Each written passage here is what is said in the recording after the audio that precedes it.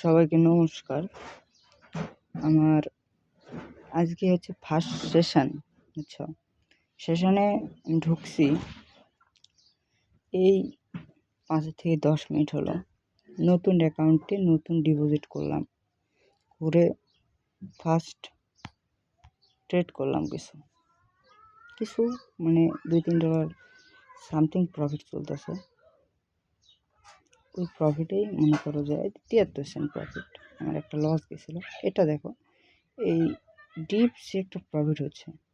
Profit কিন্তু আমার $2.45 profit.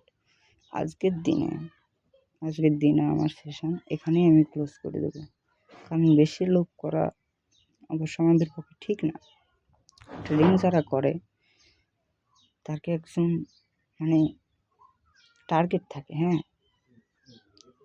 থাকে, যে ওর একটা নির্দিষ্ট টার্গেট পূরণ হলে সে স্টপ করে দেবে, কিংবা নির্দিষ্ট একটা ডলার লস হয়ে গেলে সেটা ক্লোজ করে দেবে। এখন আমার টার্গেট হচ্ছে 5%। আমি 5% রিস্ক নিছি এবং ইনকামও করে ফেলেছি 5%।